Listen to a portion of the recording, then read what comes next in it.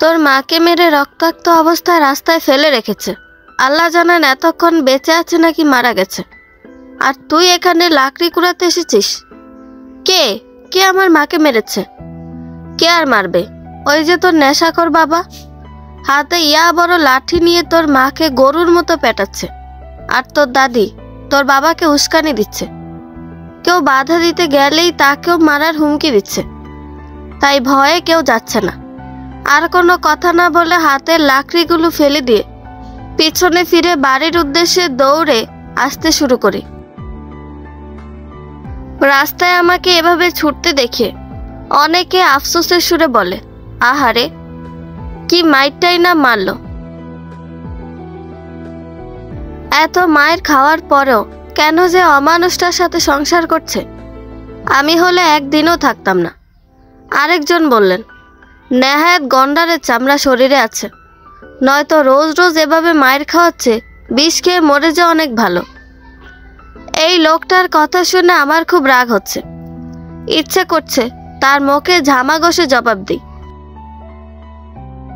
কিন্তু এতে সময়ের অপচয় হবে। আমাকে যত দ্রুত সম্ভব মায়ের কাছে পৌঁছাতে হবে। তাই আরো দ্রুত পা চালাতে শুরু করলাম। ওই যে দূরে এখনো কিছু লোকজন জমা হয়ে দাঁড়িয়ে আছে।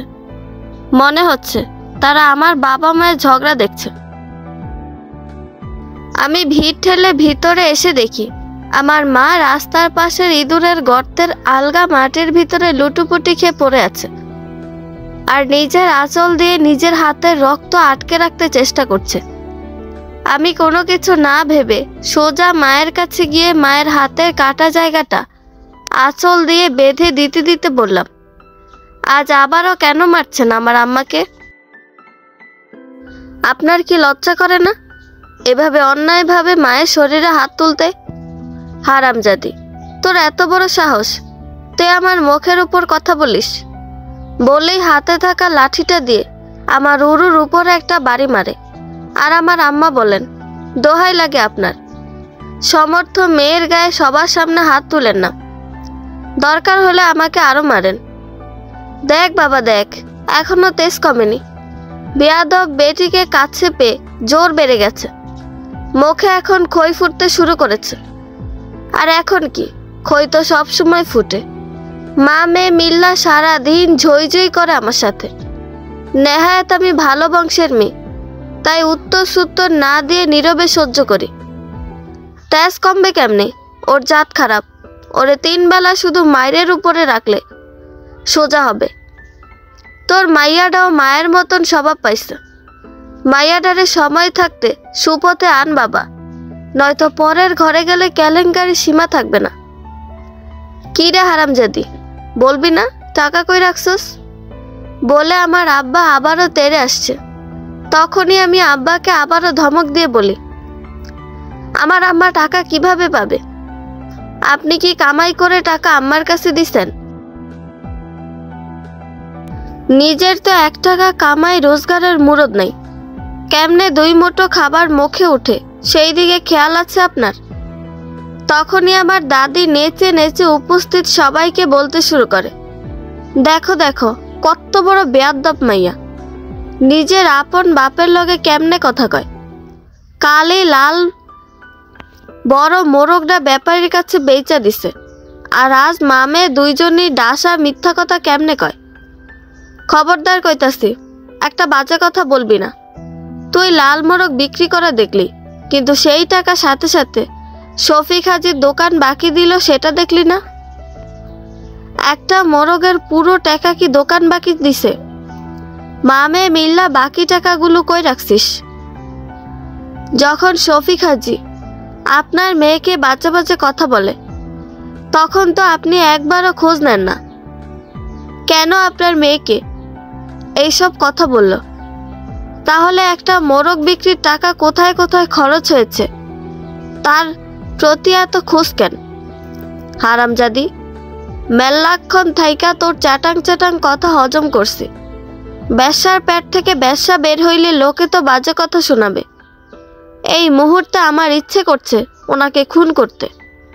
শরীরের শিরা উপশিরায় রাগের গতিবেগ ঝড়ের আকার ধারণ করেছে।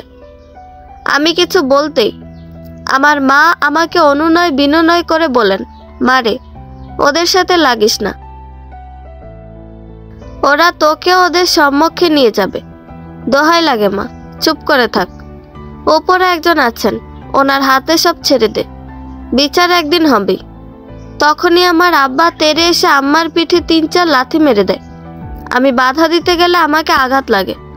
টাকা হাতে না পাওয়া পর্যন্ত উনি থামবে না, তাই আম্মাকে রেখে আমি বাড়ির ভিতরে যাই আর মুরগির ঘোড়ার খড়কুটোর ভিতর থেকে পলিথিনে মোড়ানো 150 টাকা নিয়ে এসে ওনার মুখে ছুঁড়ে মারি। উনি টাকার পলিথিনটা তুলতে তুলতে বলেন, সোজা আঙুলে ঘি কখনো ওঠে না। তা আবারও প্রমাণ হলো। হাতে লাঠিটা ফেলে টাকা নিয়ে আব্বা চলে যাওয়ার সময় দাদি পিছনে থেকে ডেকে বলে, বাপ বেশি রাত কইরা বাড়ি ফিরস না, আগে ভাগে আসিস। আব্বা কোনো উত্তর না দিয়ে হন হন করে সামনে এগুতে শুরু করে। উত্তর দেওয়ার দরকার কি, হয়তো অনেকক্ষণ থেকে গলা ভিজানো হয়নি, তাই টাকা হাতে পাওয়ার সাথে সাথে আর তর সইতে পারছে না। দাদি মুখে ভিঞ্চি কেটে কর্কশ ভাষায় বলতে শুরু করে, কি দেখতেছেন খাড়ায় খাড়ায়? মাগনা মাগনা নাটক দেখতেছেন? মনে হয় আপনাগো বাড়িতে আর এমন নাটক ফাটক হয় না। কই আমি কয়দিন যাই হেগিয়া দেখতে যান, আজাইরা কামকাজ ফালাইয়া পরের ঝগড়া দেখা মজা লইবার আইছে। দেখলেনই তো মা মেয়ে দুইজনই পাক্কা চোর। স্বামী ঘরে থেকে স্বামীর টাকা চুরি করে। যান গা তো যান, যে যার বাড়িতে যান। আর এই যে নবাবের বেটি, অনেক নাটক দেখাইছো, এইবার নাটক বন্ধ করো। আমরা জোয়ানকালে হালের লাঠি ঢেকির মুগুরের মাইর খাইছি, কোনোদিন কেউ কইতে পারবো না একটু চিল্লাইয়া কাঁদছি। মাইয়া মানুষের ধৈর্য সহ্য না থাকলে মাইয়া মানুষ হন যায় না। ইচ্ছে করছে দাদির পাকা চুলগুলো টেনে ছিঁড়ে দিতে, কিন্তু মায়ের করা নিষেধ। তারা ঝগড়া মারামারি করলেও যেন আমি তাদের পক্ষে বা বিপক্ষে কোনো কথা না বলি। আমার ঝগড়া করা দেখলে গ্রামের মানুষ আমাকে ঝগড়ুটে মেয়ে ভাববে আর বিয়ে শাদী দিতে ঝামেলা হবে। তাই ও আপনাদের তো আমার পরিচয়টাই দেওয়া হয়নি। আমি ময়না, বয়স প্রায় 20 হতে চলেছে।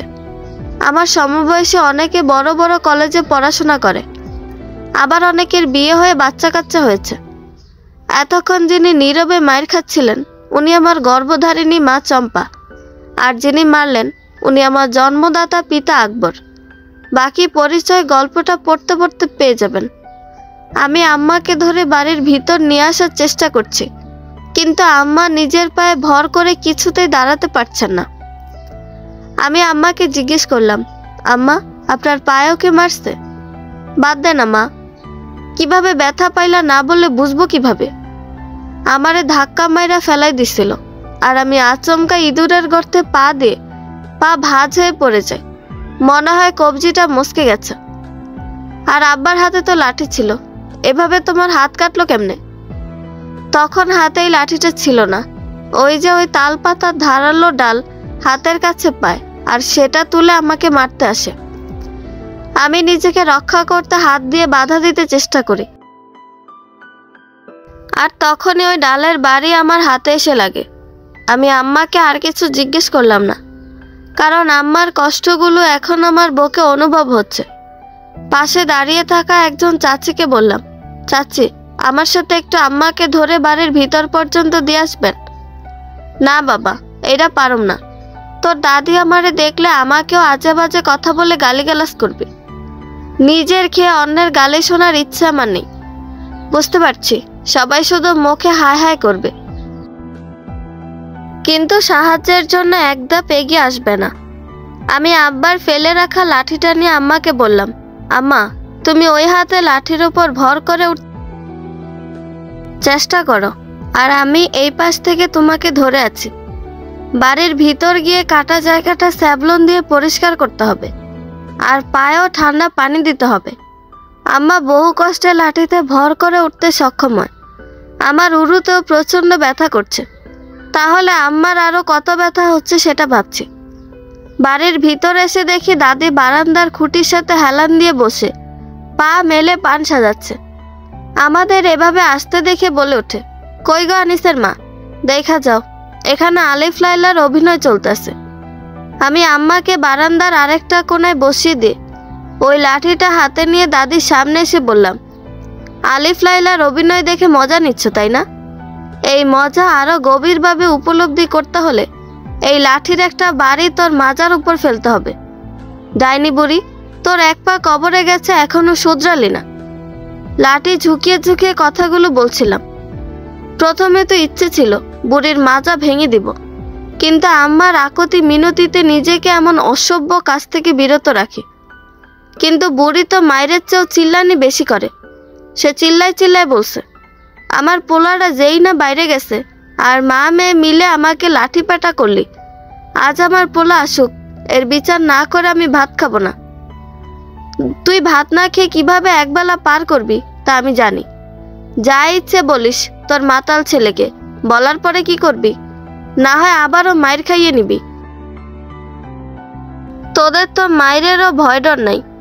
বেহা মেয়েরা কোনো কিছুকে ভয় করে না। কথাটা বলতে বলতে পানের বাটা নিয়ে দাদি নিচের ঘরে চলে যায়। কোনো একদিন এই বুড়িটা নির্ঘাত আমার হাতে মরবে। আমি কলপাত থেকে এক বালতি পানি নিয়ে এসে মায়ের পাটা বালতির পানিতে ডুবিয়ে দিলাম। তারপর ঘর থেকে স্যাভলনের বোতলটা বের করে আনি।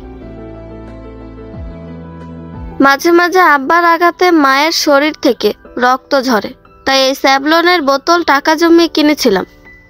আম্মা, দেখি হাতটা দাও। আম্মা নীরবে হাত এগিয়ে দিলেন। কোন একটা চাপা কান্না অশ্রুরূপে নির্গত হচ্ছে দু চোখ দিয়ে। শুকনো তালপাতার ডালের কালো কালো ধারালো টুকরোগুলো আম্মার হাতের ভিতরে রয়ে গেছে। এই ময়লাগুলো সাথে সাথে বের না করলে ঘা হবে। কিন্তু এই এবড়ো থেবড়ো ক্ষত থেকে এগুলো খুঁটলিয়ে বের করা কম কথা নয়। ব্যথায় আম্মা তো পাগল হয়ে যাবে, কিন্তু যা করার তা আমাকেই করতে হবে। তাই আম্মাকে আবারও বললাম, আম্মা তুমি অন্যদিকে মুখ ফিরে তাকিয়ে থাকো। শান্ত বাচ্চাদের মতো আম্মু মুখ ফিরে অন্যদিকে তাকিয়ে রইল। আমি তুলায় স্যাভলন ভরিয়ে হাতের ভিতর থেকে ওইসব কালো টুকরোগুলো বের করতে শুরু করি। বৃদ্ধা আঙ্গুল এবং শাহাদাত আঙ্গুলের মাঝখানে ফাঁকা জায়গাটা কেটে আরও ফাঁকা হয়ে গেছে। ক্ষতটা এত গভীর যে প্রায় 2 আঙ্গুলের হাড়ের মিলন যেখানে রয়েছে সেই পর্যন্ত ঠেকে গেছে। আমি বুঝতে পারছি আমার অনেক ব্যথা করছে, কিন্তু আম্মা দাঁতে দাঁত চেপে বসে আছেন। মুখে শব্দ না করলেও যখন বেশি ব্যথা পাচ্ছে তখন নিজের অজান্তে ঠিকই পুরো শরীর কেঁপে উঠছে। আমি খুব সাবধানে মায়ের ক্ষত থেকে সব ময়লা বের করে দিয়ে কিছু লতা পাতার রস দিয়ে ভিজানো ন্যাকড়া দিয়ে বেঁধে দিলাম। পুরো কাজটা করার পরে মাকে গোসল করিয়ে ঘরে নিয়ে গিয়ে শুয়ে দিলাম। মাকে শুয়ে দেওয়ার পরে জিজ্ঞেস করলাম, আম্মা প্রথমে টাকাগুলো আব্বাকে দিয়ে দিলে তো আর এত মায়ের খেতে হতো না। তোর গায়ের জামাটায় মোট কতগুলো পট্টি পড়েছে তা মনে আছে? মুখটা ছোট্ট করে বললাম, তাই বলে এভাবে? তুই শেয়ানা হইছস। এখন তোরে কেউ কিছু বললে সে আঘাতটা আমার এই মায়ের আঘাতের চেয়ে অধিক মনে হয়। আমি বুঝতে পারছি কেন আম্মা এত মায়ের হজম করার পরে ওই টাকা দেয় নাই। আসলে গত সপ্তাহে শফিক হাজির দোকান থেকে বাকিতে হলুদ এবং লবণ নিতে গেছিলাম। তখন দোকানে কেউই ছিল না, শুধুমাত্র শফিক হাজি ছিল। আমি ওনাকে বললাম, চাচা আমাকে আধা কেজি লবণ আর 50 গ্রাম হলুদ গুঁড়ো দিন, আব্বা পরে টাকা দিয়ে যাবে। এর আগেও 200 টাকা বাকি আছে তোদের, এখন আবারও বাকি দিই কেমনে? তোর বাপেই তো পাক্কা চিটার, তাই তুই বললে দিতে পারি। চাচা আমি বুঝলাম না, আমি বললে দিবেন মানে কি? আরে ময়না, তুই তো দেখি শুধু গায়ে গতরে বড় হইছস, মাথায় কোনো বুদ্ধি নেই। গতর বাড়ানোর পাশাপাশি বুদ্ধি শুদ্ধিও তো একটু বাড়া। আমি চাচার চোখের দিকে তাকিয়ে দেখি চাচা আমার পাঁজরের ছেঁড়া কামিজ বরাবর শকুনের মতো চেয়ে আছে। আসলে আমি জানতাম কামিজটার ওখানে ছেঁড়া আছে, তাই ওড়না দিয়ে চাদরের মতো মুড়িয়ে রেখেছিলাম নিজেকে। কিন্তু দুর্ভাগ্য আমার, ওড়নার ছেঁড়া জায়গাটাও সেখানে পড়েছে। আশেপাশে তেমন কাউকে না দেখে আমি দ্রুত সেখান থেকে চলে আসতে নিলে চাচা খপ করে আমার হাত চেপে ধরে, ময়না তোর চাচি আগের মতো সুখ দিতে পারে না। তোদের বাড়ির সমস্ত সদা আমার দোকান থেকে মাগনা মাগনা নিয়ে যাবি। চাচা হাত ছাড়েন। ময়না, ময়না কেউ জানতে পারবে না, ভেবে দেখ, এতে আমার চেয়ে তোর লাভ বেশি। সদার পাশাপাশি তোরে নতুন নতুন সালোয়ার কামিজ বানিয়ে দিব। আপনি আমার হাত ছাড়বেন নাকি? আমি চিৎকার করে মানুষ জড়ো করব। উনি আমার আরও কাছে আসার চেষ্টা করতে আমি ওনাকে ধাক্কা দিয়ে সরিয়ে দিতে চেষ্টা করি, আর তখনই উনি দোকান ঘরের সামনে রাখা র্যাকের সাথে হোঁচট খান, আর র্যাকের ওপর রাখা বয়ামগুলো ছড়িয়ে ছিটিয়ে চারিদিকে পড়ে যায়। উনি ক্ষুব্ধ হয়ে আমার চুল ধরে চিৎকার করে মানুষ জড়ো করেন আর বলতে থাকেন, কে কোথায় আছো দেখে যাও। দিন দুপুরে আকবরের দস্যি মেয়ে আমার দোকানে ডাকাতি দিতে এসেছে।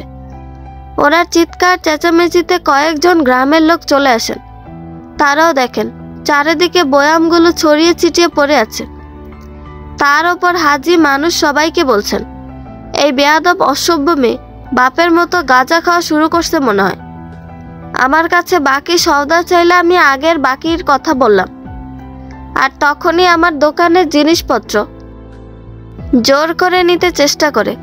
উনি কথাগুলো বলার সময় এমনভাবে আমার হাত সহ ওড়না টেনে ধরে রেখেছে যে পিঠ থেকে ওড়না সরে গেছে, আর পিঠেও বেশ খানিক জায়গা ছেঁড়া আছে। আমি বুঝতে পারলাম এখানে সত্যি কথাগুলো বললে উল্টো আমারই দোষ হবে, তাই শুধুমাত্র বললাম, হাত ছেড়ে দেন, আমি তো পালিয়ে যাচ্ছি না যে এভাবে ধরে রাখতে হবে। সকলের সামনে এমন কথা শুনে উনি আমাকে ছেড়ে দেন। আমি যতটুকু সম্ভব নিজেকে ঢেকে নিলাম। লোকজন আমাকে নানান রকম মাঝে মাঝে কথা শোনালেন। রাতে বা দিনে তাদের ঘরের দরজায় তালা দিয়ে রাখতে হবে, বাইরে কোনো জিনিসপত্র রাখা যাবে না সহ আরো অনেক কিছু বলে আমাকে একরকম ছোট খাটো চোরে রূপান্তরিত করলো।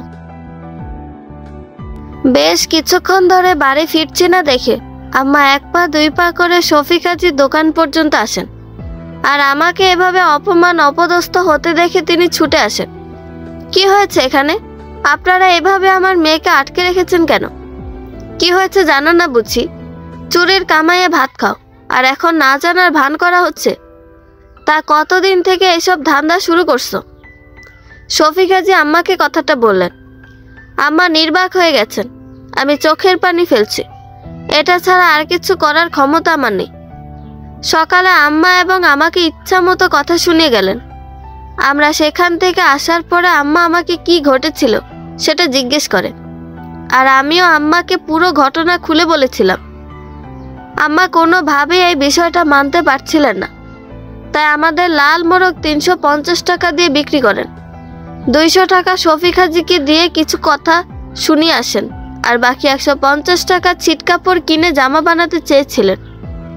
আর এই জন্যে আম্মা আজ এতগুলো মায়ের হজম করলেন। ছোট দুই ভাই আলাল দুলালের ডাক শুনে স্মৃতির পাতা থেকে বের হয়ে আসি। ওরা যমজ দুই ভাই, দুইজনে ক্লাস 5-এ পড়ে। স্কুল থেকে আসার পথে কারো থেকে হয়তো আম্মার মায়ের কথা শুনেছে, তাই বাড়ির ভিতর ঢুকতে ঢুকতে বলে, আম্মা আম্মা আপা আম্মা কই তোমরা? আমি ঘর থেকে বের হওয়ার আগে দাদি তার ঘর থেকে বের হয়ে বলে ওঠে, কই আবার? রাজরানী ঘরের ভিতরে আয়েশ করছেন, সাথে আছে আরেক মুখপুরি। মা মেয়ে দুইজন এক সমান চোট। গ্রামের মানুষে ভাবে ওদের চুরির টাকা আমরা মা পোলাই খাই। আজ সকলের সামনে প্রমাণ হলো ওদের চুরির টাকা আমরা ছুঁয়েও দেখি না। আলাল দুলাল দাদির কথাকে পাত্তা না দিয়ে আমার ঘরে আসে। আমার এমন অবস্থা দেখে দুজনেই কান্না করতে শুরু করে। আম্মা চলো আমরা এ বাড়ি থেকে দূরে কোথাও চলে যাই। আমি আর আলাল কাম করমু, দেখবা এই বাড়ির থাইকে অনেক সুখে রমু। আম্মা আলাল দুলালকে বকে নিয়ে সুখের অশ্রু বিসর্জন দিচ্ছেন। ওরা তো দুনিয়ার নির্মম পরিবেশ সম্পর্কে জানে না, তাই খুব সহজে বলতে পারলো। কিন্তু আমরা তো বুঝি পরিবার ছাড়া আমরা কতটা অসহায় হয়ে পড়ব। আমি বাইরে রান্নাঘরে গিয়ে সকালের অবশিষ্ট কোনো খাবার আছে নাকি দেখলাম, কিন্তু কিছুই নেই। দুই ভাই সেই সকালে দুমুঠো ভাত খেয়ে গেছে, আর এখন প্রায় 4:30। আম্মা বাড়ির পিছনে অল্প একটু জায়গা জুড়ে কিছু লাল শাকের বীজ বুনে রেখেছিল। শাকগুলো খাওয়ার উপযোগী হয়েছে। আমি সেখানে থেকে শাক তুলে নিয়ে এসে তাড়াতাড়ি ভাত রান্না করি। আলাল দুলালও আমাকে রান্নার কাজে সাহায্য করে। রান্না শেষ করে বারান্দায় পাটি বিছিয়ে আলাল দুলাল ও দাদিকে খেতে ডাকি। কিন্তু দাদি তার ঘরে বসে আছে। আমার ভীষণ রাগ হচ্ছিল দাদিকে ডাকতে, তবুও ডেকেছি বলে এই নয় যে তাকে ঘরে গিয়ে হাত পা ধরে খেতে অনুরোধ করব। আলাল দুলালকে খাবার বেড়ে দিয়ে আম্মার কাছে খাবার নিয়ে গেলাম। ডান হাত কেটে গেছে বলে আমি নিজের হাতে আম্মাকে খাইয়ে দিতে শুরু করি।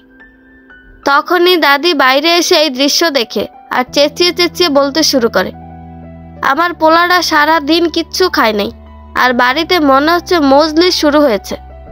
কামাইকরণের সময় কেউ নেই, কিন্তু খাওয়ানোর সময় 16 আনা। সংসারে অকল্যাণ হয় কিসে থেকে? এইসব থেকেই তো হয়। স্বামীর খাবার খোঁজ না নিয়ে গন্ডে পিণ্ডে গিলতে শুরু করেছে। রাগের মাথায় পোলা আমার কই গেল কে জানে। তখনই দুলাল বলে ওঠে, তোমার পোলা কি ভাত খাইবা আজ? তোমার পোলা যা খাওয়ানোর জন্য এত কিছু করলো, এতক্ষণ হয় সেই খাবার খেয়ে কোথাও পড়ে আছে। বুঝতে পারছি তোমার খিদা লাগছে, তাই কোনো একটা অজুহাতে খাওয়ার জন্য বাইরে আসছো। থাল ধুয়ে তুমিও 16 কলা পূর্ণ করে দাও। দাদি এবার রেগে আবারও ঘরে চলে গেছে। আম্মা বারবার দাদিকে ডেকে আনার জন্য বলে, কিন্তু আমরা যাই না, কারণ একটু পরে দাদি ঠিকই খাবার খেয়ে আবারও সেই খাবার এমনভাবে রাখবে যেন সবাই মনে করে সে কিছুই খায়নি। চারিদিকে শিয়ালের হাঁক শোনা যাচ্ছে। রাত কতটা বেজেছে জানি না, তবে রাত অনেক হয়েছে সেটা রাতের আধারের গভীরতা দেখে বোঝা যাচ্ছে। আমার পা ফুলে কলা গাছ হয়ে গেছে। পায়ের পাশাপাশি হাতের ব্যথাও প্রচন্ড রকম বেড়ে গেছে। পায়ে সরিষার তেল গরম করে মালিশ করে দিল, হাতের ব্যথার জন্য কিছু করতে পারছি না। আলাল দুলাল ঘুমিয়ে পড়েছে মনে হয়। বাইরে কারো এলোমেলো পায়ের আওয়াজ ভেসে আসছে। মনে হচ্ছে আব্বা এসেছে। আম্মাকে আজ ওই ঘরে যেতে দিইনি। নেশা অবস্থায় হয়তো আবারও আম্মাকে মারধর করতে পারে। আর সবচেয়ে বড় কথা হলো, আম্মা নিজে হেঁটে কোথাও যেতে পারছে না। রাতে প্রকৃতির ডাকে সাড়া দেওয়ার প্রয়োজন হলে আব্বা একদম সাহায্য করবে না। তাই এক চৌকিতে আলাল দুলাল শুয়ে আছে, আর পাশের আরেকটা চৌকিতে আমি আর আম্মা। আব্বা ঘরে এসে আম্মাকে না দেখে জোরে জোরে ডাকতে থাকে, চম্পা চম্পা, ওই ফকিন্নির বাচ্চা, দেমাক দেখায় কোন নাগরের কাছে গেছস। আম্মা আমাকে বারবার করে এই ঘরে দিয়ে আসার জন্য বলে, কিন্তু আমি আম্মাকে শান্ত থাকতে বলে ঘর থেকে বাইরে চলে আসি। আমি ঘর থেকে বের হতে দেখি দাদিও বের হয়েছে। হয়তো আব্বাকে আবারও কথা লাগিয়ে আমাদের মায়ের খাওয়ানোর উদ্দেশ্যে বের হয়েছে। কিন্তু দাদিকে কথা বলার সুযোগ না দিই আমি আব্বাকে বলি, আব্বা ঘরে থাল চাপা দিয়ে ভাত রাখা আছে, খেয়ে নেন। আর আমার যেখানে এক ধাপ হাঁটার অবস্থা নেই, সেখানে এই বয়সে অন্য নাগরের কাছে যাওয়া কোনোভাবেই সম্ভব না। আকবর টাকাটা হাতে পাওয়ার পরেই সেই সন্ধ্যার আগে নেশা করেছিল, আর এখন রাত অনেক গভীর হয়, নেশার প্রভাব বেশ কমে গেছে। সে ময়নার কথা শোনার পরে চুপচাপ মাথা নিচু করে নিজের ঘরে চলে যায়। আসলে সে বিকেলের ব্যবহারের জন্য মনে মনে অনুতপ্ত হতে শুরু করে। তার মনে পড়ে যায় কতটা পাষণ্ডের মতো সে আর চম্পাকে মেরেছে। তখনই দাদি আব্বাকে ডেকে বলে, বাবা আকবর, তুই ফিরেছিস? তুই জানিস না বাবা ওরা? মা, তুমি ঘুমিয়ে যাও, রাত অনেক হয়েছে, সব কথা কাল সকালে শুনবো। দাদি আর কিছু না বলে সুরসুর করে নিজের ঘরে যায়। আমি এক জগ পানি নিয়ে আব্বার খাবারের পাশে রেখে চলে আসি। আব্বাকে এভাবে শান্ত হয়ে যেতে দেখে মা ভীষণ অবাক হলো। পুরো রাত অনেক কষ্টে পার হলো। আম্মা একটুও ঘুমাতে পারেনি। সারা রাত ব্যথায় ছটফট করছে। সারা রাত জেগে থাকার পরে কিছুক্ষণ আগে সকালের দিকে ঘুমিয়েছে। তাই আলাল দুলালকেও আম্মাকে ডাকতে নিষেধ করেছে। উঠোন বাড়ি ঝাড়ু দেওয়ার পরে কাল রাতের এঁটো থালাগুলো নিয়ে পুকুরের পাড়ে যেতে দাদি উচ্চ সুরে আমাকে বকাবকি করতে শুরু করে। আমি থালাগুলো রেখে দাদির সামনে এসে বলি, খবরদার দাদি, ভালো করে বলছি, আর একটা কথাও জোরে বলবে না। আম্মা ব্যথায় সারা রাত একদম ঘুমায়নি, মাত্র ঘুমিয়েছে। যদি তোমার চিৎকারে আমার ঘুম ভেঙে যায় তাহলে আমি কি করব নিজেও জানি না। তখনই আব্বা ঘর থেকে বের হয়ে আসে। এই মোক্ষম সময়ে আব্বার আগমন দেখে দাদির মনে লাড্ডু ফুটতে শুরু করে। দাদি বিনিয়ে বিনিয়ে বলে, দেখ বাবা আকবর, দেখ তোর এই পোড়ামুখী মেয়ে কিভাবে আমার সাথে কথা বলে? শুধু এই না, কাল তুই যাওয়ার পরে আমাকে মারার জন্য এসেছিল। ভয়ে আমি দরজা বন্ধ করে ঘরে বসেছিলাম। সারাদিন কিচ্ছু না খেয়ে বসেছিলাম। ভেবেছিলাম তুই ফিরলে তোর সাথে একটু কিছু খাবো, কিন্তু তুই তো রাতে আমার সাথে কথা বললি না। কি বলো মা, তুমি রাতে না খেয়েছিলে? মনা, যা তো তাড়াতাড়ি তোর দাদিকে খাবার বেড়ে দে। আরে আব্বা, এটা কি বললো? দাদির বলা কথা আমাদের বকাবকি না করে শান্তভাবে কথাগুলো বলে বারান্দার চালের সাথে গুজে রাখা নিড়ানিটা হাতে নিয়ে বেরিয়ে যায়। যাওয়ার সময় বলে, আমি মণ্ডলের কামে যাচ্ছি। ইস, দাদির মুখটা দেখার মতো অবস্থায় ছিল। এত চেষ্টার পরও আবারও আমাদের মায়ের খাওয়াতে না পেরে বেচারি বারান্দায় বসে পড়ে। আম্মার পায়ে ঝাড়ফুঁক দেওয়ার জন্য পাশের বাড়ির একটা দাদিকে ডেকে নিয়ে আসি। ওই দাদির ঝাড়ফুঁক অনেক কার্যকরী। অনেক মানুষের হাত ভাঙা, পা ভাঙা ওনার ফুয়ের মাধ্যমে ভালো হয়ে গেছে। তাছাড়া এর আগে আম্মা বহুবার ওই দাদির ঝাড়ফুঁকে সুস্থ হয়ে উঠেছে। দাদি আম্মার পায়ে সরিষার তেল মালিশ করে ডলে ডলে ঝাড়া দিয়ে দিচ্ছেন। 3 দিনের মধ্যে আম্মার পা ভালো হয়ে যাবে, কিন্তু হাতের অবস্থা বেশ খারাপ। বিকেলে আব্বা বাড়ি ফেরার সময় আম্মার জন্য ওষুধ নিয়ে এসে আমাকে ডেকে বললেন, ময়না, ময়না, এই ওষুধগুলো তোর মাকে খাইয়ে দে, ব্যথা কমে যাবে। আব্বা মায়ের জন্য ওষুধ নিয়ে আসছে, এটা আমি ভাবতেও পারছি না।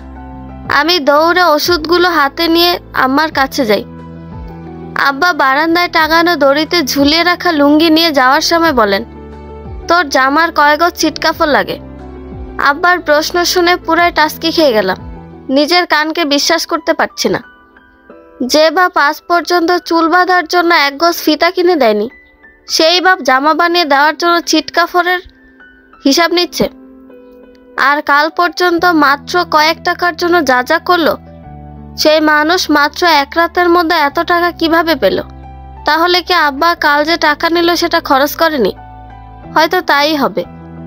আমাকে এত সময় ধরে চুপ থাকতে দেখে আব্বা আবারও জিজ্ঞেস করেন, ময়না, তোরে কিছু জিজ্ঞাসি? ও হ্যাঁ আব্বা, আপনি ছিটকাপড়ের হিসাব নিয়ে কি করবেন?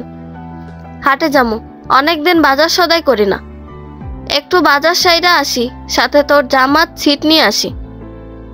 আমি উত্তর দেওয়ার আগে আম্মা ঘর থেকে উচ্চ স্বরে বলেন, 4.5 গজে জামা পায়জামা হয়, আর ওনার জন্য আলাদা লাগে।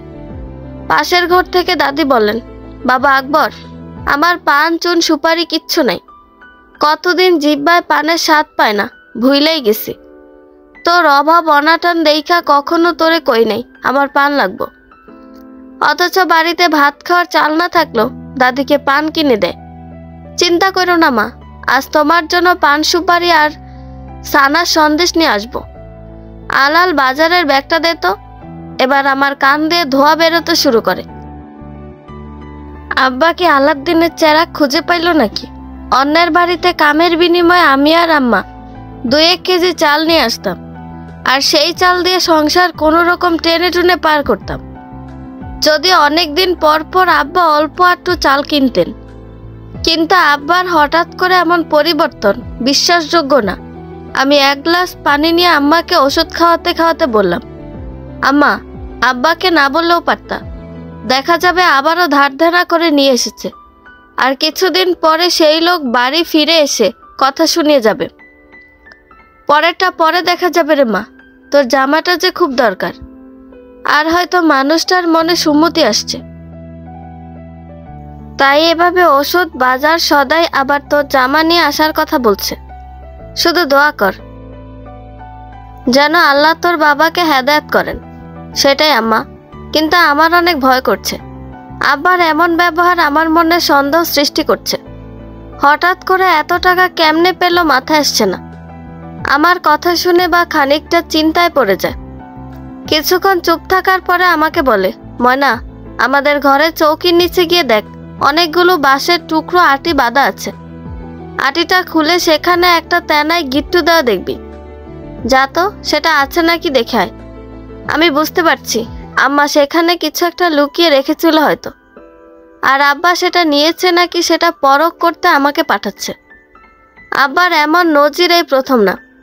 এর আগেও বহুবার বাড়ির জিনিসপত্র চুরি করে বিক্রি করেছেন তিনি। আমি আর দেরি না করে দ্রুত পাশের ঘরে গিয়ে আম্মা বলা কথা অনুযায়ী খুঁজতে শুরু করি।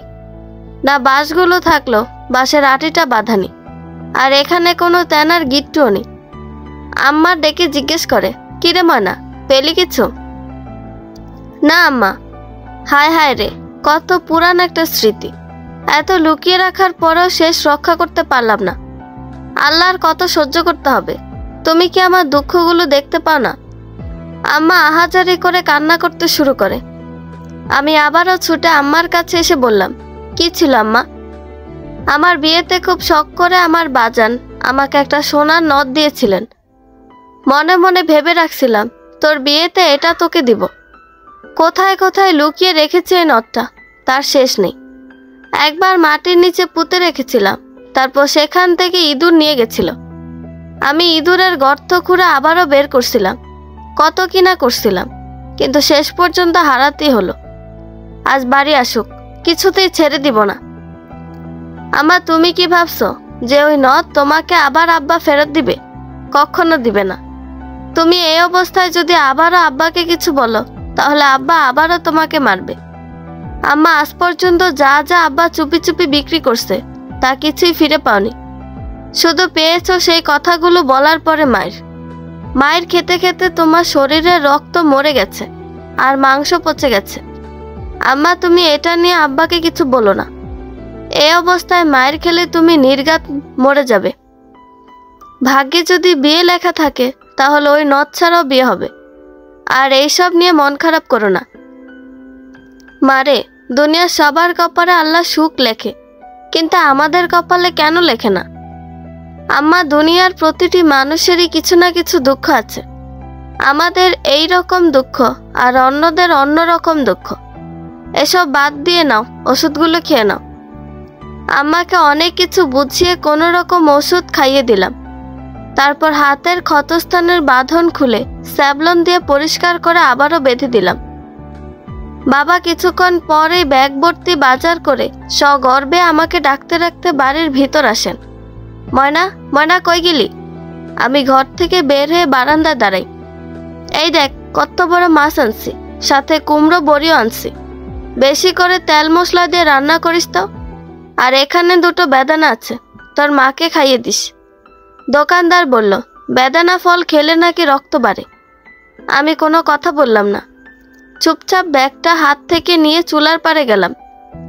আব্বা অন্য হাতে দাদির পান সুপারি আর সানার সন্দেশ নিয়ে দাদিকে ডাকতে থাকে। মা, মা, ও মা, কই গেছ? কই আর যাবে, হয়তো পাড়ার বাড়ি বাড়ি গিয়ে আমার মায়ের নামে কুটনাপনা করছে। কাজের মধ্যে ওই একটা কাজই তো করতে পারে। মনে মনে বললাম। দাদির ঘরে ওগুলো রেখে এবার আমার কাছে এসে জামার চিট কাপড় দেখায়। কি সুন্দর ফুল ফুল সিট, আমার খুব পছন্দ হয়েছে। আমার জন্য ব্লাউজের সিটও আনছে। আহারে, যদি আমাদের দিনগুলো এমন হাসি আনন্দে কাটতো তাহলে কতই না সুখী জীবন হতো। এইসব কথা চিন্তা করতে করতে মাছ কাটতে বসি। মাছ কাটার সময় আলাল দুলাল এত বড় মাছ দেখে অনেক খুশি হয়। কতদিন পরে এত বড় মাছ রান্না হবে তা ভুলে গেছি। দুজনে মিলে বাড়ির পেছনে থেকে বেগুন তুলে আনে, তারপর ঘরে থাকা আলুর সাথে বেগুনগুলো কাটতে থাকে। আমি ভাত বসিয়ে দিয়ে মশলা পিষে নিলাম। মাছগুলো গরম তেলে ভাজার সময় মিষ্টি সুস্বাদু গন্ধে পেট ভরে যায়। কয়েক টুকরো মাছ রান্নার জন্য নিয়ে বাকিগুলো ঝাল লবণ দিয়ে সিদ্ধ করে রেখে দিলাম। এগুলো দিয়ে আরও কয়েকদিন রান্না করা যাবে ভেবে, কিন্তু এটা আর হলো না, কারণ পাশের গ্রামে আমার ছোট ফুফুর বিয়ে হয়েছে। দাদি এতক্ষণে হয়তো ফুফুর বাড়িতে ছিল, আর সাথে করে আমার ফুফুর 2 ছেলে মেয়েকে নিয়ে আসছে। ওদের দেখে আলাল দুলাল ভীষণ রেগে যায়, কিন্তু আমি চোখের ইশারায় শান্ত থাকতে বলি। রান্নার এক পর্যায়ে চুলার আগুন নিভে যায়। ফু দিয়ে দিয়ে কোনোভাবে আগুন জ্বালাতে পারছি না। চোখ দিয়ে পানি বের হয়ে গেছে, ঘন ধোয়ার জন্য কাশি উঠে গেছে। কি একটা নাজুক অবস্থায় পড়েছি। এর মাঝে ভেসে আসে বকুল ভাইয়ের কণ্ঠ। মুহূর্তে বুকের মধ্যে ধুকুপুকু শুরু হলো। লজ্জায় চোখ দুটো বন্ধ হয়ে আসছে। বকুল ভাই দাদিকে ডেকে বলে, কি দাদি, রান্নার গন্ধ তো পুরো পাড়ায় ছড়িয়ে পড়েছে। বাতাসে ভেসে এত সুবাস আসছিল যে সুবাসের টানে খেতে চলে এলাম। আরে আয় আয়, বয় বয়, আজ আমার একবার বিরাট বড় মাছ আনছে, খাইয়া যাইস। আরে না না দাদি, এমনি আর কি করলাম। এই দিক দিয়ে মসজিদে যাচ্ছিলাম, তখনই নাকে গন্ধটা আসে, তাই ভাবলাম আপনাদের সাথে অনেকদিন দেখা করা হয়নি, এ উসিলায় দেখা করে আসা হবে। আহারে কত ভালা পোলা, আমাগো মতো গরিব মানুষেরে দেখেও কোনো অহংকার নাই। আল্লাহ তোর ভালা করুক ভাই, দোয়া করেন দাদি।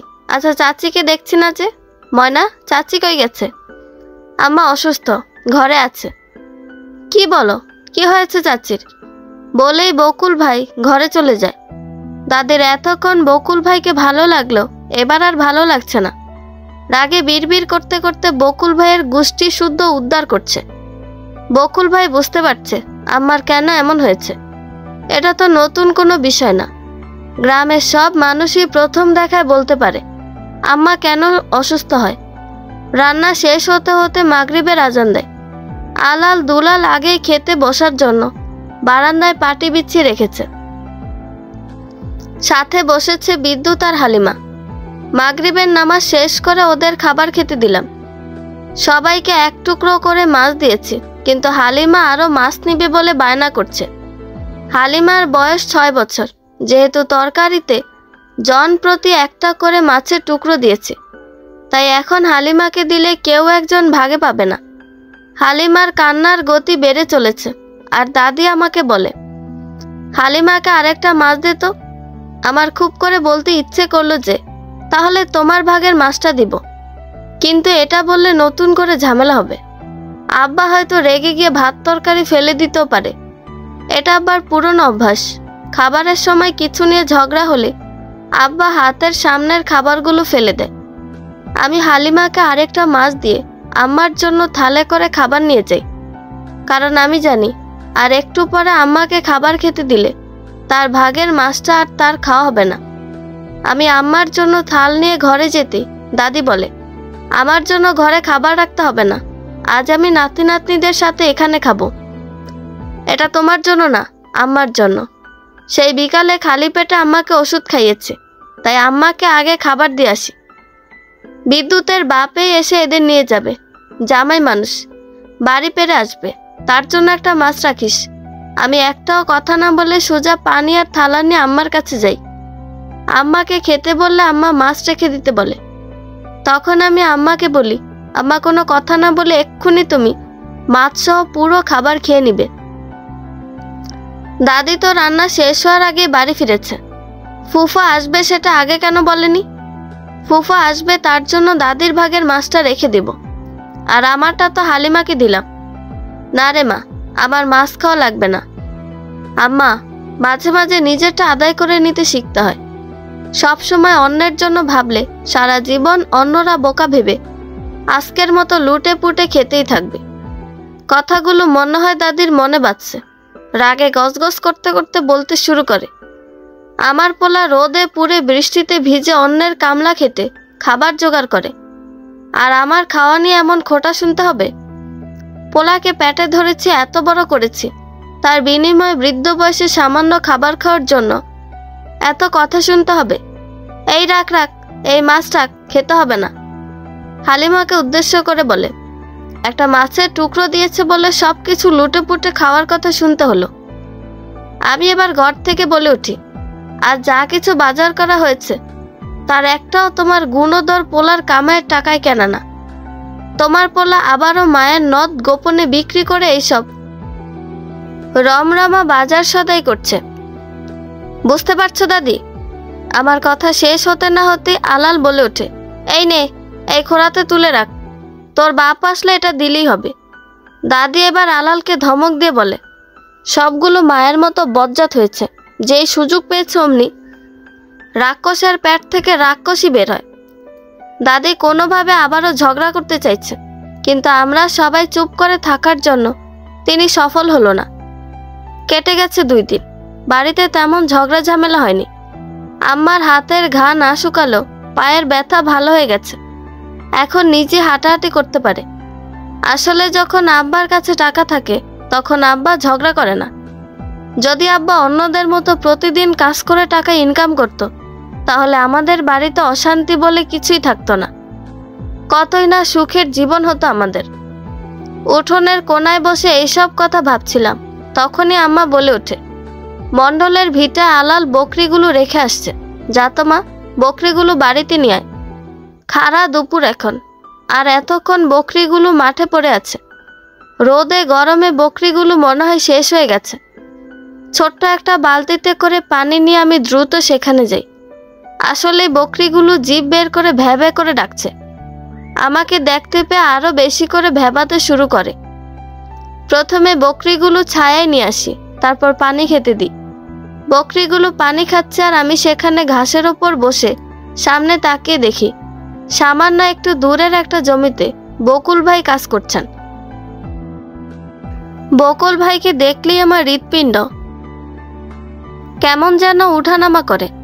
লজ্জায় চোখ দুটো বন্ধ রাখতে ইচ্ছে করে, নিঃশ্বাস নিতেও ভুলে যাই। গ্রামে আরো অনেক ছেলে আছে, কিন্তু কাউকে দেখে এমন মনে হয় না। কিন্তু বকুল ভাইকে দেখলেই কেন এমন হয় বুঝি না। নীল রঙের চ্যাক লুঙ্গির নিচের অংশটা তুলে আবারও কোমরে বেঁধে রাখার জন্য। পায়ের হাঁটুর একটু উপর পর্যন্ত দেখা যাচ্ছে। হাঁটুর নিচের মাংসগুলোতে কালো পাতলা লোমের জন্য বকুল ভাইকে দেখতে আরো সুন্দর লাগছে। ছাই রঙের কালো স্যান্ডো গেঞ্জি গায়ে দিয়ে, গলায় ঝুলিয়ে রাখা লাল রঙের গামছা হাতে কপালের ঘামগুলো মুছছেন। হাতে থাকা কোদালের উপর এক হাতে ভর করে কেমন একটু বাঁকা হয়ে দাঁড়িয়ে কাজ কতখানি সম্পূর্ণ হয়েছে সেটা হয়তো পর্যবেক্ষণ করছিলেন। ছোট ছোট জংলি ঝোপঝাড়ের আড়ালে বসে প্রায় 20 বছর বয়সী ময়না খুব নিখুঁতভাবে বকুলকে দেখছিল। ক্ষণিকের জন্য বকুলের মতো শক্তিশালী পুরুষকে একান্ত নিজের করে পাবার প্রয়াস জাগে। ময়নার শরীরে কেমন একটা হিমশীতল বাতাস বয়ে যায়। এই মুহূর্তে যদি বকুল ময়নাকে দেখতে পেত আর তার মনেও যদি ময়নার মতো অনুভূতি জাগত, তাহলে নির্ঘাত ভুলভাল কিছু হয়ে যেত। 20 বছর বয়সী একটা মেয়ের মাঝে মাঝে এমন প্রয়াস জাগতেই পারে, এটা তো অস্বাভাবিক কিছু নেই। তবে এই প্রয়াসগুলো মনের গহীনে চাপা রাখতে হয়, যা প্রকাশ করলেই নিজের অস্তিত্ব শেষ হয়ে যাবে। কোনো রকম ভাবে ময়না নিজেকে সামলিয়ে বকরিগুলোর দড়ি হাতে নিয়ে টানতে টানতে বাড়ির দিকে আসতে শুরু করে। কিন্তু একসাথে 6-7টা বকরি নিয়ে আসা মোটো সহজ কথা না। ছোট ছোট বাচ্চাগুলো দৌড়ে এর ওর ক্ষেতের ভিতর চলে যাচ্ছে। ময়না না চাইলেও বকরির বাচ্চাগুলোকে আয় আয় ব্রু বলে ডাকছে। ময়না মনে মনে চাচ্ছিল তার আওয়াজ যেন বকুলের কান পর্যন্ত না পৌঁছে, কিন্তু বাতাসের গতি বকুলের দিকে থাকার জন্য খুব সহজভাবে বকুল ময়নার কথাগুলো শুনতে পায়। ময়না বড় বকরিগুলো টানলে ছোটগুলো ফসলের ভিতর ঢুকে যাচ্ছে, আর ছোটগুলোকে তাড়াতে গেলে বড়গুলো গপ গপ করে ফসল খেয়ে নিচ্ছে। কি একটা বিপাকে পড়েছে সে। তার ওপর বকুল ভাইও এখানে। সবকিছু মিলে ময়নার বেতাল অবস্থা। ওদিকে বড় বকরিটা কচি গম গাছের পাতা মুখ ভরে নিয়ে খাচ্ছে। তা দেখে বকুল এবার ময়নাকে ডেকে বলে, এই ময়না, বকরি গমগুলো খেয়ে শেষ করে দিচ্ছে, তাড়াতাড়ি বড় বকরিটা নিয়ে যাও। ময়না বাচ্চাগুলো রেখে ছুটে এসে বড় বকরির দড়ি ধরে টেনে নিয়ে যায়, কিন্তু ছোটগুলো তিরিং বিরিং করে এদিক থেকে ওদিকে ছোটাছুটি করছে। না, এবার বকুলকে আসতেই হলো বকরিগুলো তাড়াতে। ময়না তো বিপাকের চরম পর্যায়ে চলে গেছে। ময়না আগে আগে বকরির দড়ি টেনে নিয়ে যাচ্ছে। তুমি একা কেন এসেছো? একা এতগুলো বকরি সামলাতে পারবে? আলাল অথবা দুলালকে সাথে নিয়ে আসতে। অত্যন্ত স্বাভাবিকভাবে কথাগুলো বকুল বলল। ময়নার মনে বিনা মেঘে ঝড় উঠে যায়। সে কাঁপা কাঁপা সুরে বলে, আলাল দুলাল স্কুলে গেছে, আমার পা এখনো পুরোপুরি ভালো হয়নি। এই চিকন আইলবে আম্মা আসতে পারবে না। ও তাই বলো? চাচিকে ওষুধ খাওয়াচ্ছ না? হ্যাঁ, আব্বা ওই দিন ওষুধ নিয়ে এসেছে। দুজনের মধ্যে আর কোনো কথা হয়নি। বকুল যতটুকু জায়গা জুড়ে ফসল ছিল ততটুকু জায়গা পর্যন্ত বকরিগুলো তাড়িয়ে দেওয়ার পরে আবারও নিজের কাজে ফিরে যায়। আর ময়নার পিছনে পিছনে বকুলকে ভর দুপুরবেলা মাঠের মধ্য দিয়ে এভাবে আসতে দেখে পাড়ার একটা মহিলা, উনি বাগানে ঝোপের ভিতর কচুরলতি খুঁজতে আসছিলেন। কচুরলতি তুলতে তুলতে হঠাৎ তার চোখ পড়ে বকুলের উদম ঘামাক্তক শরীরে। নিরিবিলি তপ্ত দুপুরে দুজন জোয়ান অবিবাহিত যুবক যুবতী এভাবে আসাটা গ্রামের মানুষের চোখে অন্যরকম মনে হবে। আর তাছাড়া গ্রামের এমন কিছু মহিলা থাকে যাদের মুখ বর্তমান ভার্চুয়াল মাধ্যমগুলোর চেয়ে অধিক দ্রুতগামী।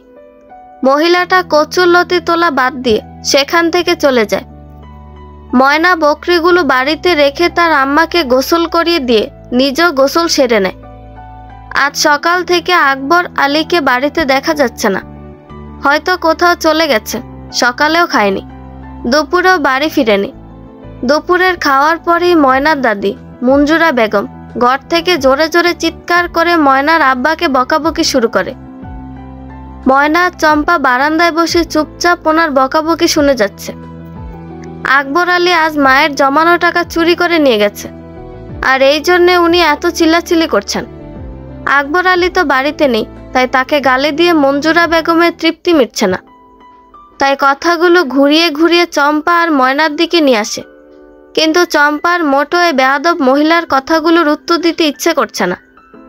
মঞ্জুরা বেগম নিজের রাগ নিয়ন্ত্রণ করতে পারছে না, তাই ভর দুপুরবেলা ঘর থেকে বের হয়ে পাড়ায় চলে যায়। এটা ওনার পুরনো অভ্যাস। বাড়ির কথাগুলো বাড়িয়ে বাড়িয়ে পাড়ার প্রতিটি মানুষের কাছে বলে তিনি শান্তি পান। হয়তো এখন পাড়ায় গিয়ে সবাইকে বলবে ময়না অথবা আলাল দুলাল এই টাকা চুরি করছে। যা ইচ্ছে বলুক গে, এইসবে ময়না বা চম্পা কারো কোনো মাথা ব্যথা নেই। বিকেলের দিকে আলাল দুলাল স্কুল থেকে ফিরলে ময়না তাদের খাবার দিয়ে নিজে রাতের রান্না জোগাড় করতে শুরু করে। চম্পা হাঁস মুরগিগুলোকে খাবার দিচ্ছে।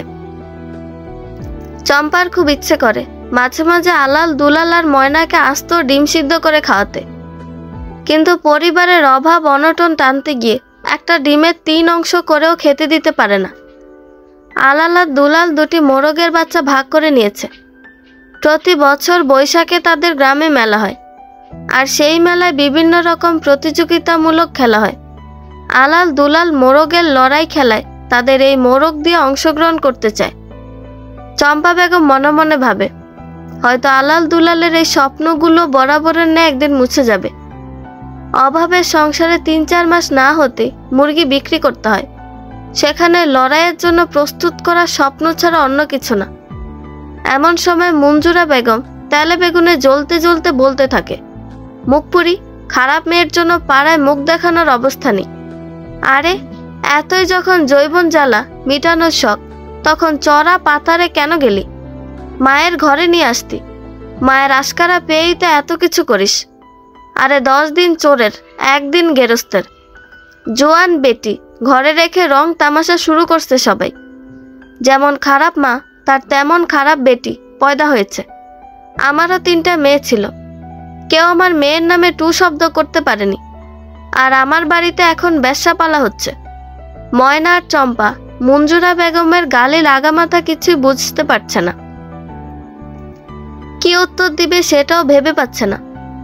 মঞ্জুরা বেগম এবার উঠোনে রাখা টুলে বসে বলতে শুরু করে, আকাম কুকাম করে এসে মামের বাপরে ঢঙের ডুব দেওয়া। তাই তো বলি এত সাজন গুজন কেমনে আসে? আমার পোলায় নাকি কামাই করে না, না খেয়ে থাকতে হয়। এইসব কথা পাড়ায় বলে বেড়ায়। তা বলি, পেটে ভাত না থাকলে জৈবনের শখ আসে কেমনে? রস চুইয়ে চুইয়ে পরে দেখি। তাই তো মাঠে ঘাটে রস ঢালতে যায়। দাদি মেলাক্ষণ ধরে তোমার বকবুকানি হজম করছে। ঝগড়া করার ইচ্ছে নেই বলে উত্তর দিচ্ছি না বলে ভেবো না সব কথা সহ্য করব। তুমি ভালো করে জানো তোমার ঘরে আমরা কেউ তেমন যাই না, আর তুমি তো ঘর থেকে বের হলেই তোমার ঘরে তালা দিয়ে বের হও। আমরা কিভাবে তোমার টাকা নিব? তোমার নেশাখোর ভালো শিক্ষা দেওয়া ছেলেকে বাড়ি ফিরে জিজ্ঞেস করো কে তোমার টাকা নিছে। আমার পোলা নেশা করলো তোর আর তোর মায়ের মতো বেশ্যা না। ভর দুপুরে তোর করা কীর্তিকলাপের কথা মনে করছিস গোপন আছে? কি ভেবেছিস তোরা পাপ করবি আর কেউ তোদের পাপ দেখবে না? পাড়ার প্রত্যেকটা মানুষের মুখে মুখে তোর কীর্তির কথা বয়ে চলেছে। পাড়ায় মুখ দেখাবি কেমনে? মরতে পারস না? মরার এতগুলো উপায় আছে, যে কোনো একটা বেছে নে। হয় বিষ খা, নয়তো গলায় দড়ি দে। আমি কারে কি কই? তোগো মতো বেয়াদব মাইয়া মানুষ কখনো মরে নাকি? তোদের তো লজ্জাও নেই। খারাপ মানুষের লজ্জা ঘৃণা বলে কিচ্ছু থাকে না।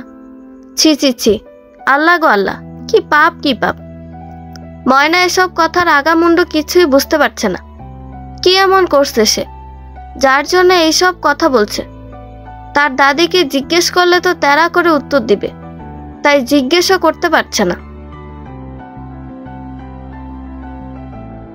প্রায় সন্ধ্যা ঘনিয়ে আসছে। এইসব উটকো কথা নিয়ে ভাবার সময় নেই, তাই ময়না চম্পা রাতে রান্নার বন্দোবস্ত করতে শুরু করে। মঞ্জুরা বেগম তার ইচ্ছে মতো বক বক করে যাচ্ছে। ময়না বিষয়টা অন্য দিনের মতো স্বাভাবিক মনে করে, বিষয়টা নিয়ে মাথা ঘামায় না। সন্ধ্যার পরে মঞ্জুরা বেগম একটু থামলেন। ময়না নামাজ শেষ করে আলাল দুলালকে পড়াতে বসে। যদিও সে তাদের তেমন কিছুই শিখিয়ে দিতে পারে না, তবুও কাছে বসে থাকে। সে কাছে বসে থাকলে আলাল দুলাল মনোযোগ দিয়ে পড়ে। তো পড়ার ফাঁকে দুলাল বলে, আচ্ছা আপা, আজকে পাড়ার কারোর সাথে তুই ঝগড়া করেছিস? কই না তো। তাহলে রাহুলের মা তোর নামে কি কি সব বলছিল যেন? এবার ময়নার মনে পড়ে তার দাদির কথা। তার দাদিও তো আজ অনেক কিছু বলল। তাহলে কি অন্য কোনো ঘটনা রয়েছে? বিষয়টা পরিষ্কার করে জানতে ময়না দুলালকে জিজ্ঞেস করে, কি কি বলছিল রে ভাই? তেমন কিছুই শুনতে পাইনি, আমাকে আসতে দেখে চুপ করে গেছে। তবে এতটুকু শুনেছি, ময়না এত খারাপ আগে বিশ্বাস করতাম না। এতটুকু কথা থেকে ময়না তেমন কিছু বুঝতে পারে না, তাই সে মনে মনে ভাবে সকালে একবার রুহুলের মাকে জিজ্ঞেস করে নিবে সে। রাতে আকবর আলী বাড়িতে ফিরেনি। সকালে মঞ্জুরা বেগম আকবর আলীকে ডাকতে ডাকতে তাদের ঘরের সামনে আসে, কিন্তু আলাল দুলাল বলে রাতে তার গুণধর ছেলে বাড়ি ফিরেনি।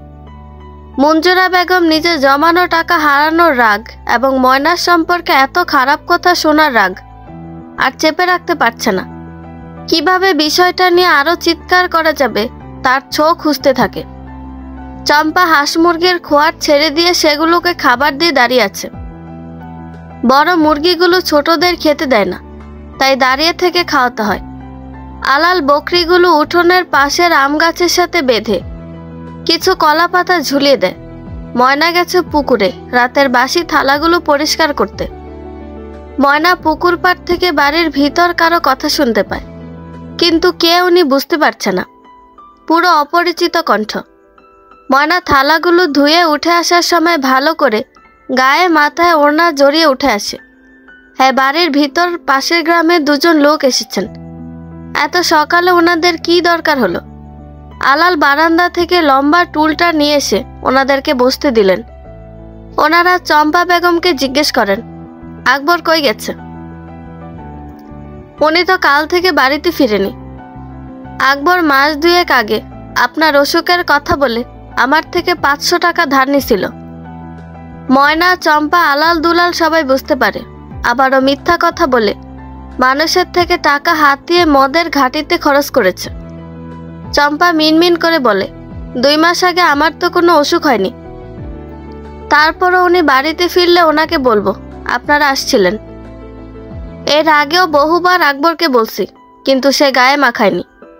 আর এখন তো আমাদের পাড়া দিয়ে যাওয়া আসাও করে না। এভাবে তো তাড়িয়ে ধরে কাউকে থেকে টাকা নেওয়া যায় না। আর আমাদের বাড়িও তো কাছে না যে যখন তখন টাকা চাইতে বাড়িতে আসবো। আপনার অবস্থা বুঝতে পারছি। উনি বাড়িতে ফিরুক, ওনাকে বলে আপনার টাকার ব্যবস্থা করব। না ভাবি, আমার আর অপেক্ষা করার কোনো ইচ্ছা নেই। আর আমি জানি আকবরের মতো মাতাল কখনো আমার টাকা শোধ করবে না। তাহলে কি করতে চাইছেন? ভাবি, আপনার তো মাশাআল্লাহ অনেক হাঁস মুরগি আছে দেখছি। আমার বাড়িতে আমার নাতি প্রতিদিন ভাত নষ্ট করে। ওই ভাতগুলো খুঁটে খাবে এমন কোনো হাঁস মুরগি আমাদের বাড়িতে নেই। তাই 500 টাকার বিনিময়ে আমি ওই লাল মোরগ দুটো নিয়ে যেতে চাই। ওনার কথা শেষ না হতেই আলাল দুলাল রেগে গিয়ে বলে, জানেনই যদি আমার আব্বা টাকা ফেরত দিতে পারবে না, তাহলে কেন তাকে টাকা ধার দিলেন?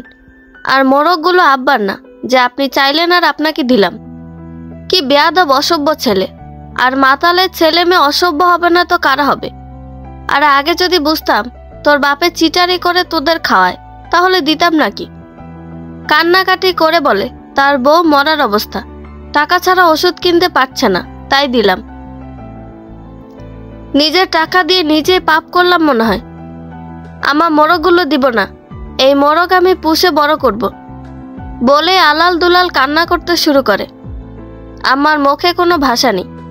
তিনি নিশ্চুপ হয়ে কিছুক্ষণ দাঁড়িয়ে থাকেন।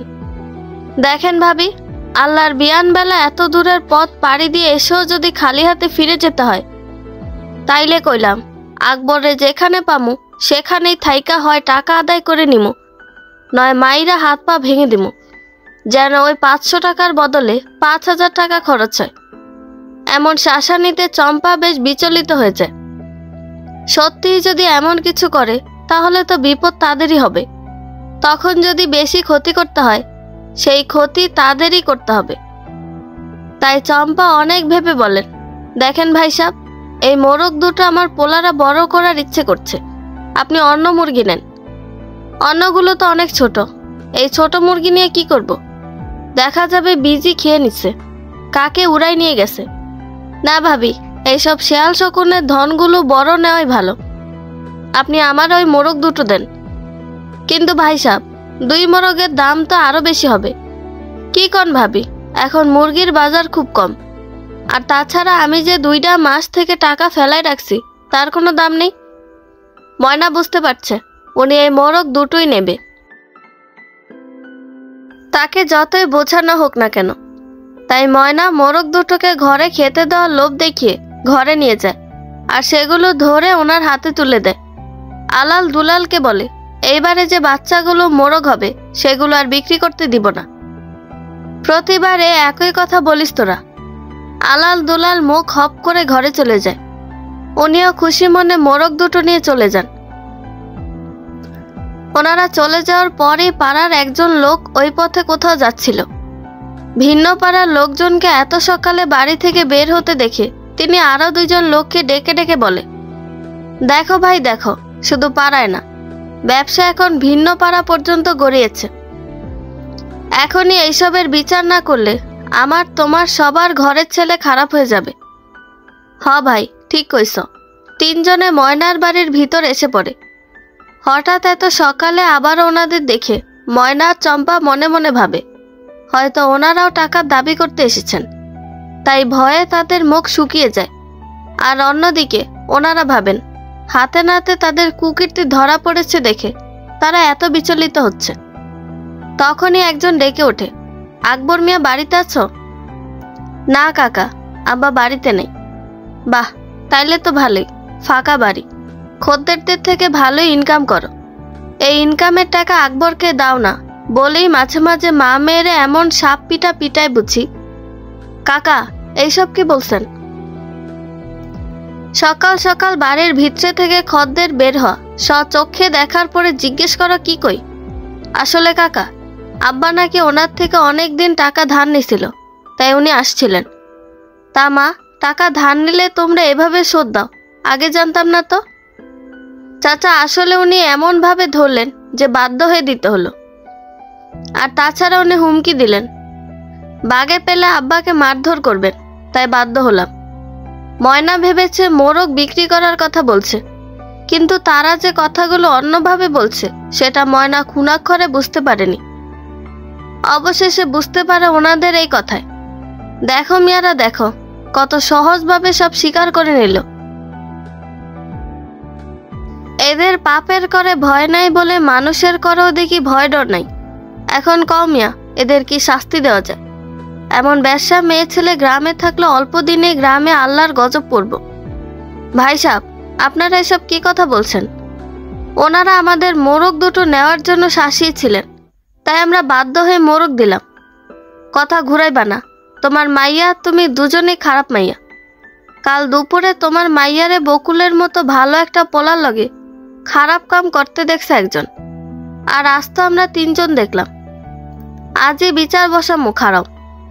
এটা কি কথা বলল? ময়না পাথরের মূর্তির মতো হয়ে গেছে। কিভাবে মানুষ এত বড় মিথ্যা কথা বলতে পারে? তাহলে কি এইসব কথাই কাল থেকে পুরো পাড়ায় রটারটি হচ্ছে? ময়নার তো এবার সত্যি মরে যেতে ইচ্ছে করছে। লোকে বলে কিছু বটে কিছু রটে, কিন্তু এখানে তো সম্পূর্ণ রটেই থেকে গেল। হায় আল্লাহ, তাকে আর কত অপবাদ সহ্য করতে হবে। দু চোখ বেয়ে অশ্রু নেমে আসে ময়নার। লোকগুলো বাকি কি সব বলে গেছে, কিছুই শুনতে পায়নি সে। ময়নাকে চম্পা কিছুই জিজ্ঞেস করেনি। সে জানে তার মেয়ে কখনো এমন বাজে কাজ করতে পারে না। এগুলো নেহায়াত বদনাম করার জন্য ফায়দা, আর গরিবের কপালে এমন বদনাম অহরহ হয়ে থাকে। ময়না ঘর থেকে আর বাইরে যায় না। এখন পুরো ঘটনা ময়নার কাছে পরিষ্কার, কিন্তু এটা বুঝতে পারছে না কে এই কথার সূচনা করলো। যদি একবার তাকে ধরতে পারত, তাহলে ময়না নির্ঘাত তাকে মেরে রক্তাক্ত করে দিত। দুপুর ছুঁইছি অবস্থা। গ্রামের বেশ কিছু গণ্যমান্য লোকজন আকবরের বাড়িতে চলে এসেছে। বিভিন্ন জন বিভিন্ন রকম কথা বলে ময়নাকে গালাগালি করছে। তাদের মধ্যে শফিক হাজিও ছিলেন। তিনি তার অপূর্ণ ইচ্ছাকে আজ পূর্ণতা দেওয়ার আনন্দে আত্মহারা। ময়নার পক্ষে কথা বলার মতো কেউ নেই।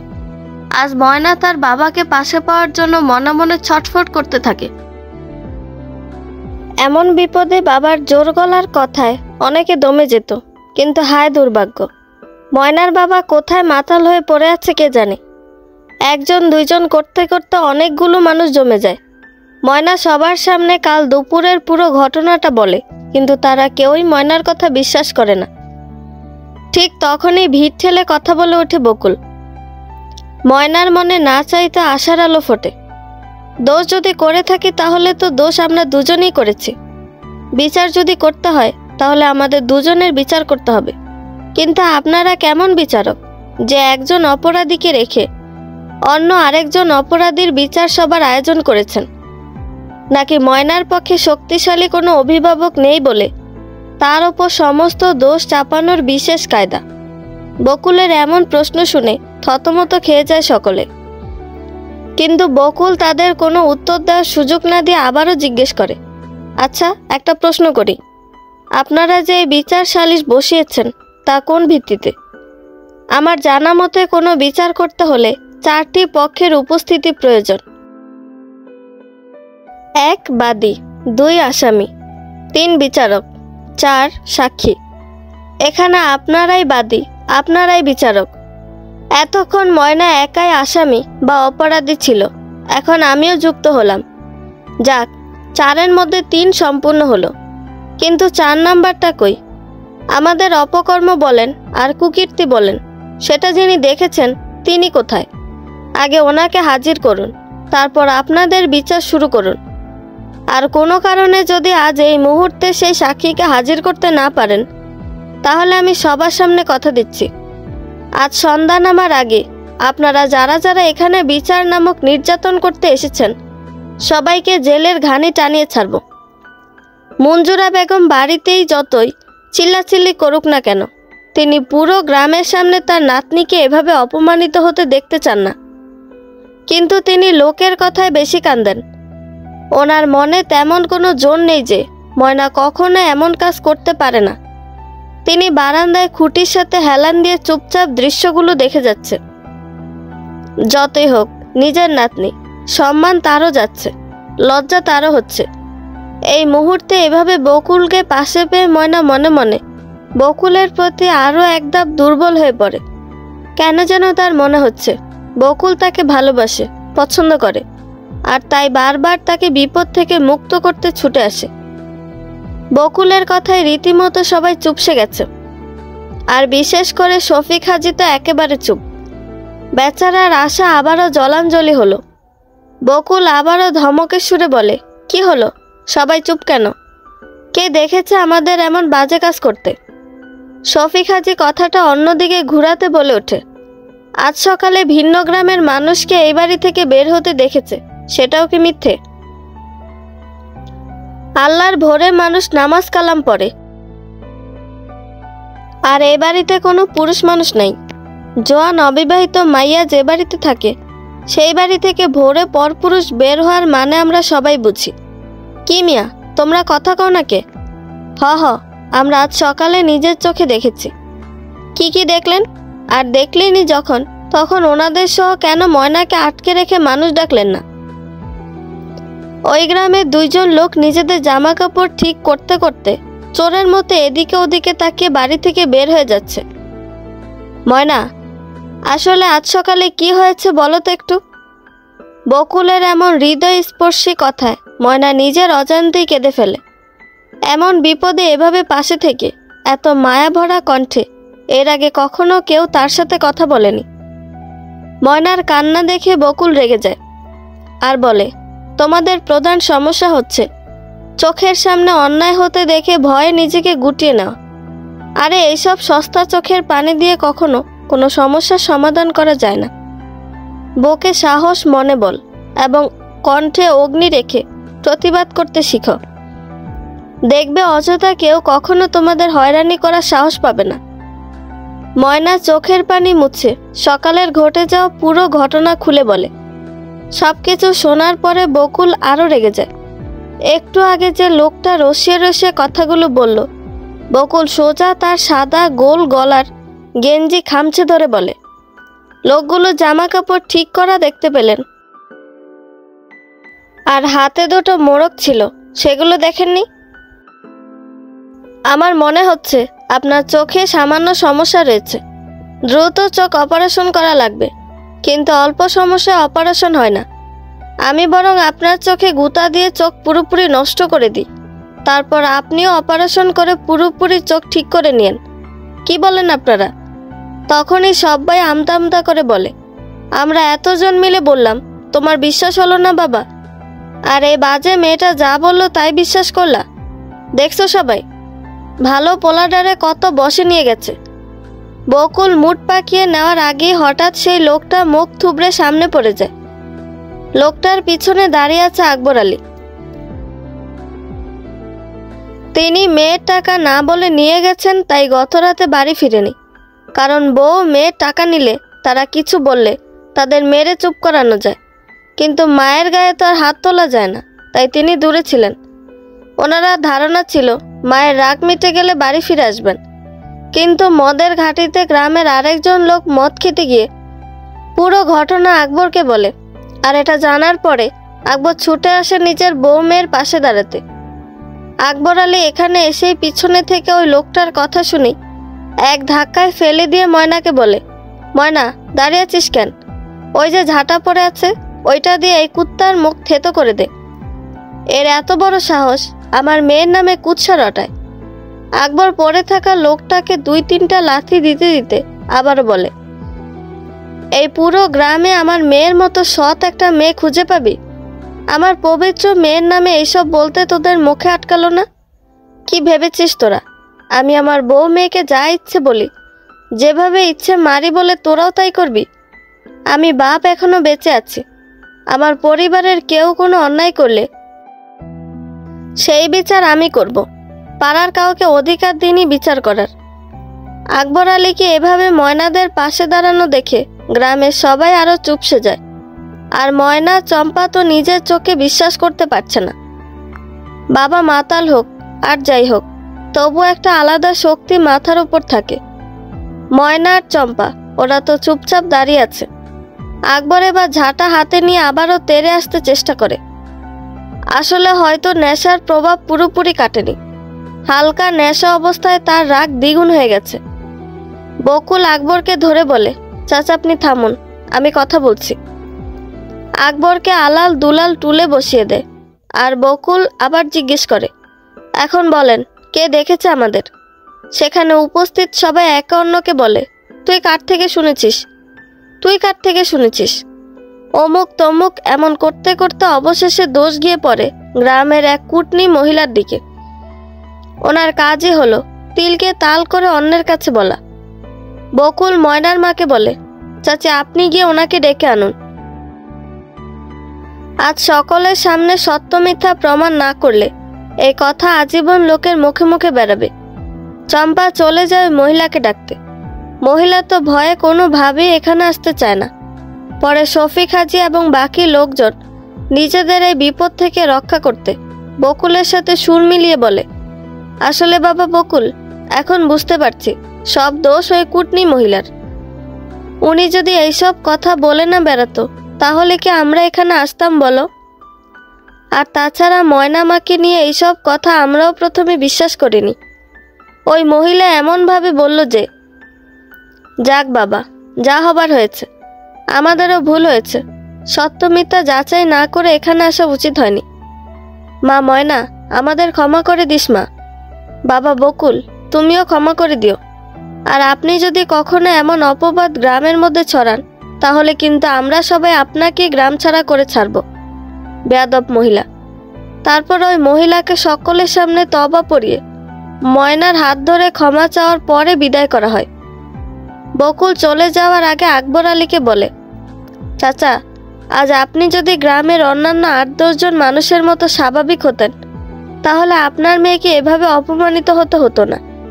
ভালো করে লক্ষ্য করে দেখুন, আমাদের গ্রামের সলিমের মেয়ে স্বামী থাকার পরেও পরপুরুষের সাথে হাতে নাতে ধরা খেল। মাতব্বরের মেয়ে প্রায় ৩ দিন পাশের গ্রামের একটা ছেলের সাথে পালিয়ে থাকার পরেও কি সুন্দরভাবে চলাফেরা করে, মনেই হয় না তার কোনো কলঙ্ক আছে। আর গ্রামের প্রায় প্রতিটি স্কুল কলেজে পড়ুয়া ছেলে মেয়েদের একের অধিক সম্পর্ক রয়েছে, কিন্তু কেউই তাদের দিকে আঙুল তুলে কথা বলতে পারে না। আর সেখানে ময়নার মতো সহজ সরল লক্ষ্মী পয়মন্তী একটা মেয়ের নামে হর হামেশায় বদনাম করে দিল।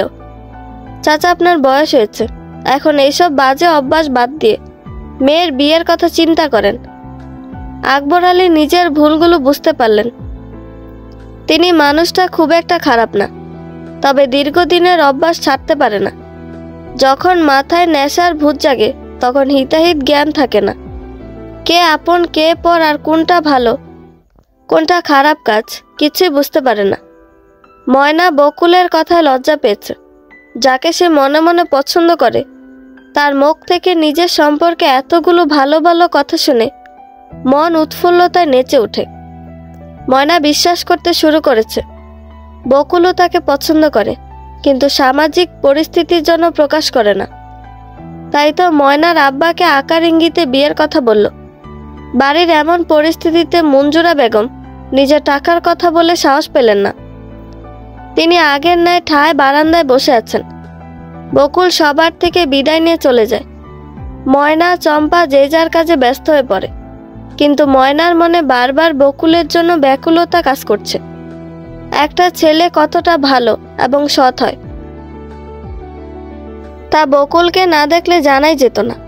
ময়না আগে মনে মনে বকুলের মতো কাউকে জীবনসঙ্গী হিসেবে চাইতো, কিন্তু বর্তমানে সে নামাজে বসে আল্লাহর কাছে বকুলকে চাওয়া শুরু করেছে।